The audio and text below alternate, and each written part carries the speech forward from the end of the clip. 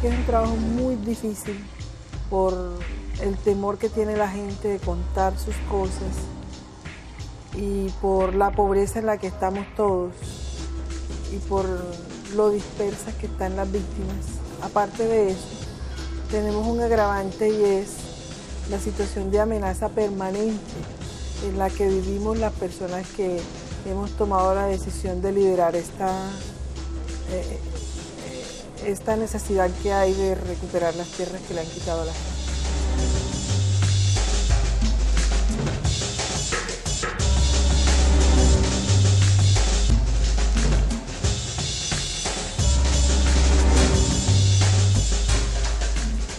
Mis hermanos no se habían levantado porque era un sábado. Se habían ido como a fresquear, no sé qué, y a las 6 de la mañana todavía no se habían levantado. Nos hicieron levantar, había una sobrina que era la que vivía con nosotros, se había levantado y dice que llegaron con esa altanería diciendo que dónde estaba, tumbaron puerta, buscaron, levantaron cama, no encontraron nada.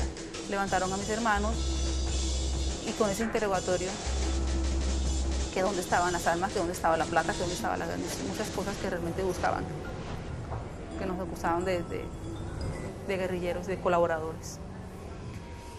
Y a sangre fría, cuenta el trabajador que estaba ahí, dice, usted no es familiar ni nada, usted se pierde. Pierdes aquí que no se quiere morir. Y a sangre fría, unos contra la pared, otras de espalda, lo fueron matando uno por uno.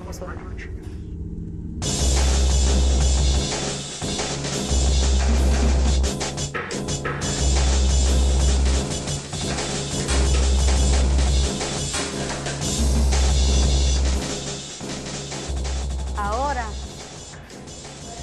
vivimos del día a día, de pronto donde a mi esposo le dan un día de trabajo, que eso es difícil de conseguir ahora.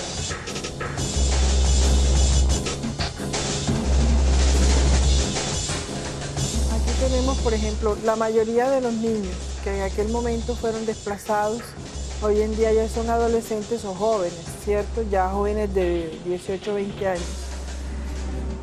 Y no saben hacer más nada porque son gente que salieron del campo, que fueron arrojados acá al casco urbano y que están aquí tirados y la mayoría no tienen sino dos opciones. Se van a prestar el servicio militar o se van con los paramilitares. Para los varones. Y para las niñas, prostituirse.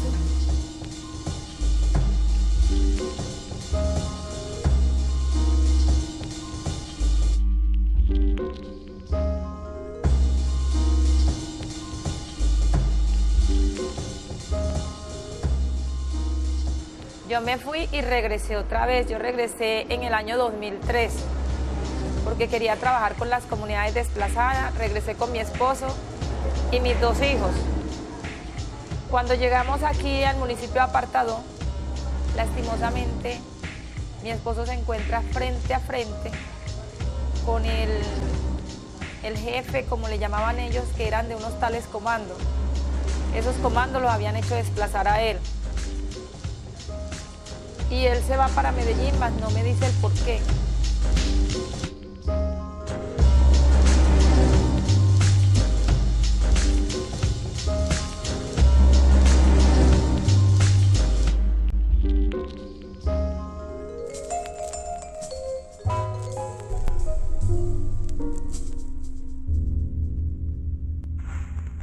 Hay una descomposición familiar impresionante en la que uno mira con tristeza que viene un alcalde, se va, viene otro, se va, y no hay absolutamente nada que tenga que ver con la inversión en la educación a la ciudadanía, en la atención a la población más vulnerable.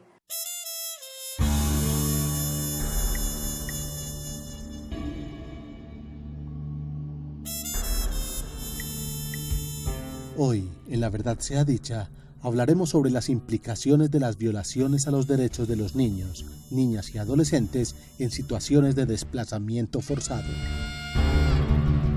Yo creí que resolver el problema era pegándoles y maltratándolos. Y yo, en un momento, ocasiones, nos agredimos físicamente ambos, con mis hermanas o con las que me seguían. ¿Por qué? Porque yo la maltrataba a ella.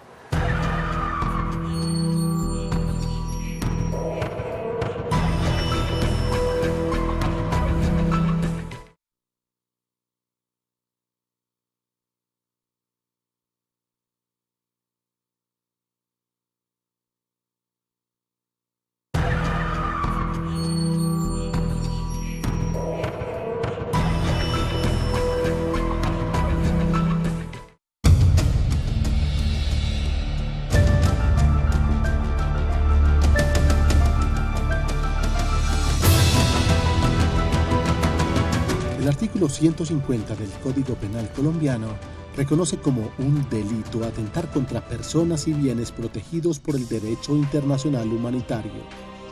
Dentro de estas personas está, por supuesto, la población civil víctima del desplazamiento forzado. El desplazamiento forzado ha sido materia de preocupación jurídica. Desde 1997 se expidió la Ley 387, por la cual se adoptan medidas para la prevención de esta situación, la atención, protección, consolidación y estabilización socioeconómica de las personas víctimas de este fenómeno. En el año 2004, la Corte Constitucional emitió la sentencia T025, que tuvo por objetivo la protección especial para niños, niñas y adolescentes víctimas del desplazamiento forzado. Y el 6 de octubre de 2008 se emitió el Auto 255 para proteger los derechos fundamentales de los niños, niñas y adolescentes afectados por el desplazamiento forzado por causa del conflicto armado en el marco de la superación del estado de cosas inconstitucionales. Con este auto se exigió a las instituciones prestadoras de atención a la población desplazada la reformulación y coherencia de las políticas públicas y su efectivo cumplimiento, pues aunque el presupuesto destinado a la atención de dicha población es considerado prioritario de acuerdo con la jurisprudencia nacional, las autoridades encargadas de garantizar la suficiencia de estos recursos han sido incapaces de asegurar el nivel de protección requerido para resolver la situación, contraviniendo la normatividad vigente y permitiendo que continúen y se agraven las circunstancias de vulneración de los derechos fundamentales de la población desplazada. O sea, con el número de desplazamientos que se mantiene en Colombia, se nota que sigue con muchas dificultades, pero funciona de alguna manera, ¿cierto? Y algunas cosas se evitan. En Medellín pues han existido algunas alertas, en la Comuna 13, en otras comunas de la ciudad, y eso yo creo que ha evitado algunos desplazamientos. Se aumenta el pie de fuerza en los lugares donde se necesita, los funcionarios públicos le prestan más atención, ¿cierto? Eso ha servido en alguna medida, pero como vemos, o sea, el desplazamiento se mantiene, incluso en el último año, según las cifras de la personería, ha aumentado. Eso quiere decir que hay que replantear algunas acciones, por lo menos, de las alertas tempranas, ¿cierto? Porque no todas ni en todos los lugares funciona de igual manera y se sigue produciendo la expulsión de población.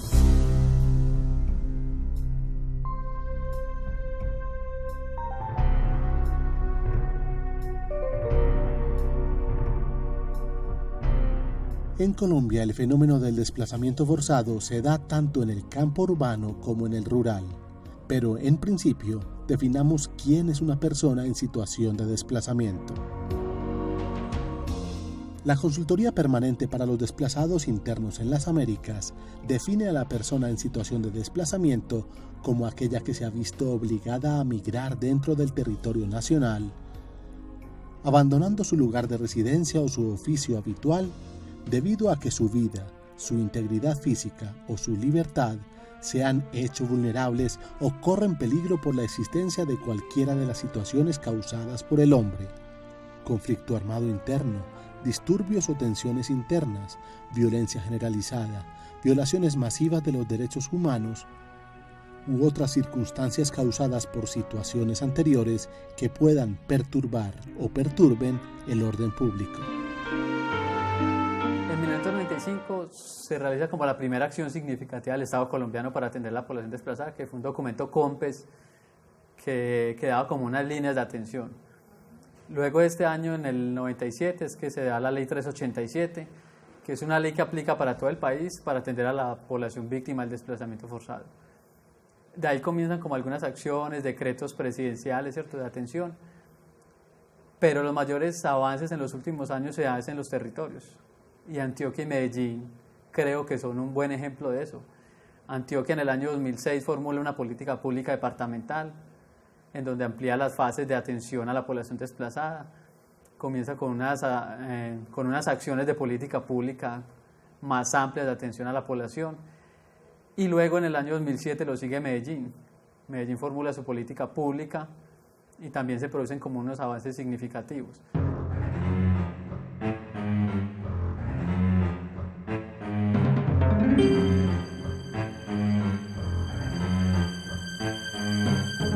población desplazada no solo debe padecer la pérdida de sus bienes, presenciar en algunas oportunidades la muerte violenta de sus seres queridos o llegar a un sitio desconocido y hostil, sino además vivir el dolor de la estigmatización social, el rechazo y la indiferencia. Es muy difícil como encontrar explicaciones porque uno encuentra en diferentes niveles como una prevención ante la población desplazada. Incluso me sorprendía, por ejemplo, la semana pasada que veía un informe de la encuesta de cultura ciudadana de Medellín que presenta un 16% de los habitantes de Medellín que no quisieran tener como vecino a un desplazado. Un 16% es un porcentaje muy alto para una prevención con esta población, ¿cierto? Considerando que son víctimas. O sea, es una población que no eligió estar en esa situación, sino que se vio obligada a estar en esa situación. Según el informe anual del año 2006 del Comité Internacional de la Cruz Roja, en Colombia se han identificado 8 municipios como expulsores de población desplazada: Los Andes y Policarpa en Nariño, Vistahermosa en Meta, Tame en Arauca, Argelia en Antioquia, Puerto Asís en Putumayo, Páez en Cundinamarca y Tibú en norte de Santander. Medellín es además un municipio expulsor, además de receptor. Más comparando estadísticas, me atrevo a decir que que Medellín expulsa un 10% de la población que recibe. O sea, si llegan 10 personas, expulsa 1. Aproximadamente esa es la tasa de expulsión de Medellín. Y los departamentos mayores receptores de población desplazada son Cundinamarca, Antioquia, norte de Santander, Caquetá, Meta y Risaralda. Pues, todo el país ha visto afectado por el desplazamiento forzado. Incluso desde hace algunos años San Andrés, pues que uno la ve como la isla por allá aparte, presenta desplazamiento forzado. Y de ahí pues para adelante ningún municipio está exento, pues. Varía de acuerdo a los años, de acuerdo a la variación del conflicto, de los intereses, la movilización de los actores, ¿cierto? En los últimos años, por ejemplo, se ha desplazado mucho hacia el sur el conflicto y uno ve que la población desplazada, incluso la que llega a Medellín, ya ha aumentado la población que llega del sur del país.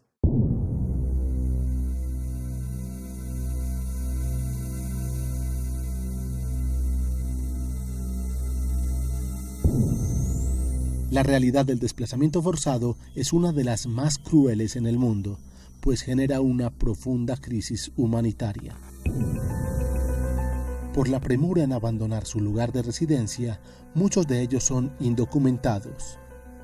Se les estigmatiza y encuentran resistencias culturales en su nuevo lugar de residencia. El calvario que debe enfrentar una familia cuando ha sido víctima del desplazamiento en busca de atención, protección y apoyo del gobierno es bastante dispendioso. Lo que se ha hecho mucho y lo que se viene haciendo desde que se creó la ley 387, que es la que habla del sistema, con el decreto reglamentario, es en la medida en que se amplió el tipo, ¿cierto? Es decir, en la medida en que se amplió la norma y se dijo que toda la población debería ser atendida, debería ingresar al sistema, el sistema empezó a poner trabas. Cosas tales como que la situación de desplazamiento debería ser demostrado por la persona que está en situación de desplazamiento, a tal punto que se le ha pedido a ellos que regresen a los municipios o que regresen al lugar del que fueron desplazados, llevando la prueba efectiva de que ellos fueron desplazados. El miedo en cuanto al desplazamiento se convierte en un arma, la mejor arma para los expulsores, y sus efectos logran el objetivo. El miedo es una forma de control, una forma de expulsión, una forma de dominación. Previo al desplazamiento siempre circulan rumores. Los rumores son portadores de una amenaza, nunca se sabe de parte de quién vienen, aparecen como anónimos y son absolutamente contundentes. Recuerdo en la Comuna 13 cómo las mujeres que pudimos conversar con ellas y decir cómo ocurrió, ellas decían que antes del desplazamiento, que fue el 29 de junio del 2002, había un rumor que circuló como 2 meses y decía: llegará un sábado negro y un domingo de dolor y lágrimas. Por supuesto que en un ambiente, digamos, de miedo, donde efectivamente se estaban presentando víctimas, donde efectivamente se daban muchos hechos que ya indicaban que a ellos los iban a sacar, este rumor tomaba mucha fuerza y cada sábado y cada día era como que el que podía ser el del cumplimiento de la amenaza. Eso entonces hizo que las personas vivieran de una manera distinta. Las noches ya no podían ser noches tranquilas, el espacio público o la preocupación por los hijos. Esto, digamos, que empieza a desestructurar.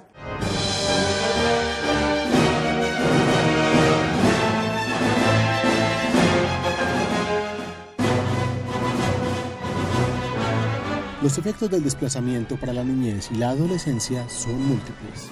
Además de perder sus seres queridos y sus bienes, se desubican escolarmente, pierden sus amigos, sus espacios, sus juegos. En síntesis, sus posibilidades de vivir a plenitud esa importante etapa de sus vidas. Esta niñez y adolescencia está expuesta por su vulnerabilidad al maltrato, la violencia, la mendicidad y la explotación sexual. Y en lo educativo, siempre se dificulta el acceso a la educación por problemas de cobertura y escasa adaptación a los nuevos sistemas. El desplazamiento forzado no afecta de manera similar a un anciano que a un niño, no afecta igual a una mujer que a un hombre, no afecta igual a un indígena que a un negro, ¿cierto? Entonces todo eso se ha ido contemplando de a poco en las políticas públicas.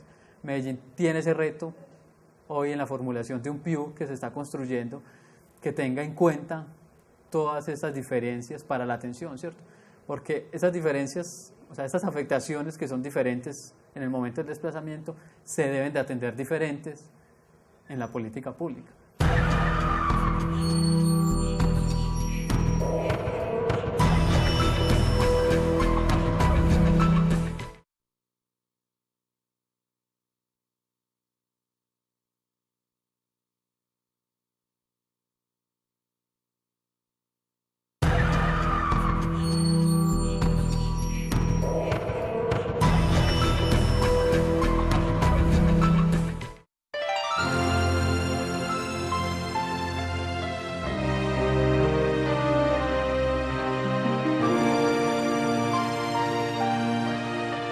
En el tema de verdad, justicia y reparación sobre el desplazamiento forzado, se avanza en un proceso que incluye varias etapas. Efectivamente, la política pública está tratando de ingresar los derechos de verdad y reparación, sobre todo el de verdad y reparación.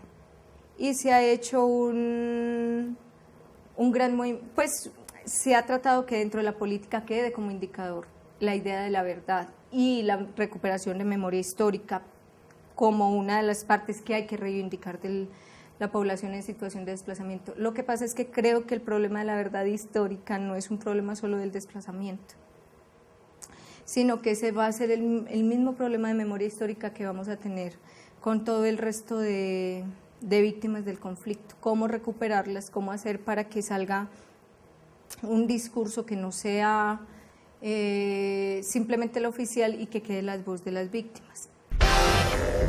Según la tesis de grado, Caracterización del desplazamiento forzado intraurbano entre los años 2000 y 2004 en Medellín, de la población desplazada en esta ciudad, solo 36.000 han recibido una reparación económica total, 540.000 parcial y el 80% ningún tipo de reparación.